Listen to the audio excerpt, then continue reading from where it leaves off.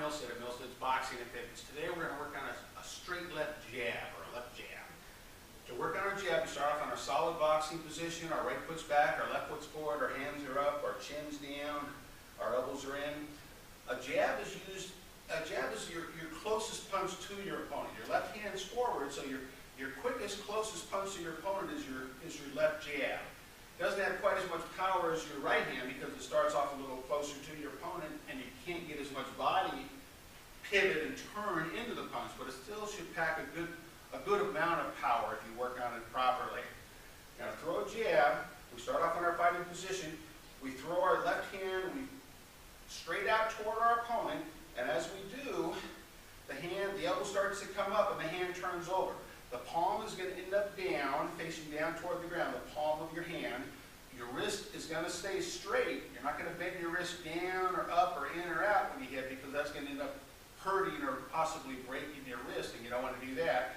You're going to keep your wrist straight, and you're going to hit with the big three knuckles, your middle knuckle, your index finger knuckle, and your ring finger knuckle. Okay, so you end up going out toward your opponent. You keep your wrist straight, you hit with the knuckles, you penetrate through your opponent, which means you don't just hit and snap it back, but you go through to your target, and then you pull your elbow back so that your hand ends up in the same position it started from. Again, the left jab, you go out and back. Now notice how my shoulder is coming up a little bit. That you can use that shoulder to help protect your chin and your jaw when you throw your jab too.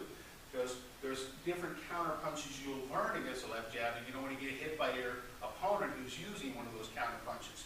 So you use your shoulder to help protect your chin and jaw. You hit, snap it back. Hit, snap it back.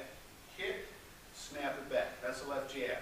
Now I'm going to show it to you on the bag. Normally you want to wear hand wraps, you want to wear bag gloves. I prefer the smaller bag gloves because I like the feel of hitting with the knuckles, making sure I'm hitting with the knuckles instead of the fingers or some other part of your hand that's not going to hurt your opponent and that's going to hurt your wrist too.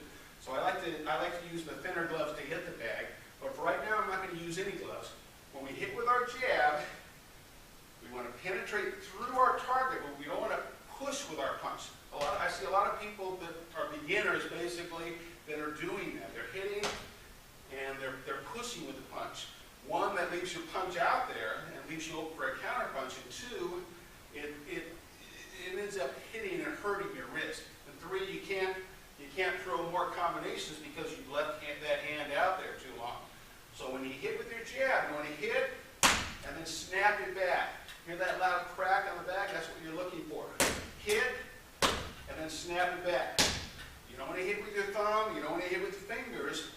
You want to hit with the three big knuckles, penetrate through the target, and then snap it back. Notice how my elbow tucks back away. I keep my right hand up so I don't get hit by a counter punch with his left hook or anything. I get it out and back. Now you don't necessarily need to move the bag a lot because if you do that, you might be pushing the bag. That might be an indication that you're pushing the bag. So make sure you snap your punch after you penetrate. You want to go out and back, hitting with those knuckles. That's your left jab.